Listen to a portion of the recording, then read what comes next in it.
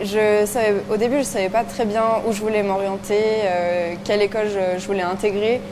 Et puis j'ai vu qu'il y avait les HES et que ça impliquait beaucoup de pratiques, en tout cas plus qu'en université. Et c'est ça qui m'a attirée le plus.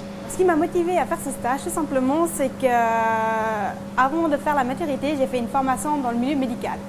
Ça veut dire que j'étais trop axée dans le milieu médical et soins. Et pour rentrer dans cette école, il aurait fallu que je fasse un métier qui est dans un labo, par exemple, qui est en lien avec ce que propose cette école.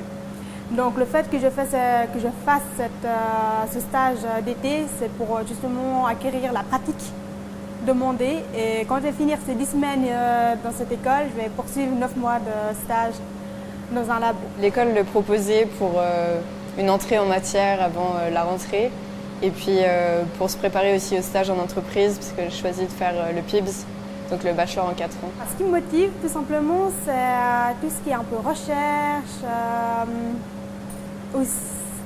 d'une part, et puis aussi également comprendre comment fonctionne. Bon, pour faire simple, moi je veux me spécialiser dans la biotechnologie. Et dans la biotechnologie, il y a surtout la partie pharma qui m'intéresserait. Ce qui m'a motivée, c'est de pouvoir essayer et voir ce que c'est d'être en labo, de rencontrer les gens qui travaillent ici et juste de découvrir le milieu chimie et biologie, tout ça. Le labo, j'ai vraiment apprécié. C'était ce qui touchait du coup la biotechnologie, mais c'était la partie diagnostic. Voilà, par exemple, comment sont créés les tests Covid, les tests de grossesse, puis aussi comment on fait, selon les tests, comment on crée ces différents matériels pour peaufiner l'analyse.